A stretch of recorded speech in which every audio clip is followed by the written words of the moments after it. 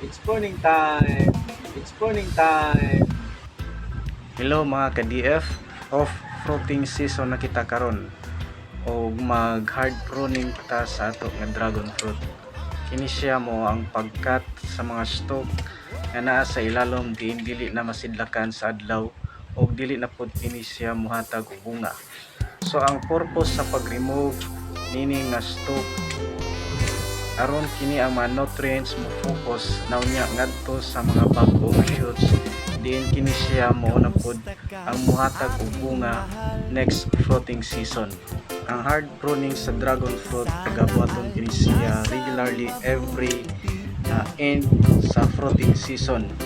So atong i-ready ang atong dragon fruit, atong i-condition para na pod sa next fruiting season. So kini siya ron wala nay mga stalk na sa ilalom. So ang shoots ani nga motubo, so mouna ni siya mo'y mohatag og bunga next fruiting season. So kinahanglan ang mga stalk nga motubo or kining bago nga shoots healthy siya. It does not mean kung end na ang fruiting season wala na kitry pagabuhaton sa ato nga mga dragon fruit. So kailangan nga nakitay proper monitoring labi na sa pag-condition sa ato nga dragon fruit and preparation for the next fruiting season.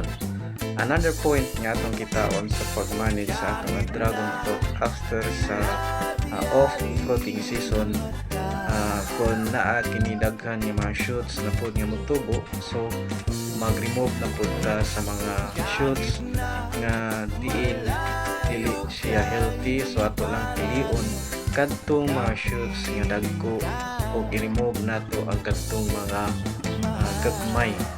So 2 to 3 shoots every stalk ang atong patubuon.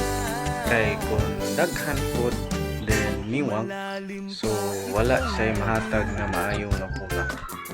So kailangan nga atong ipangkat or i-remove ang mga unnecessary shoots or salingsing para dili sila mag-ilog sa mga nutrients.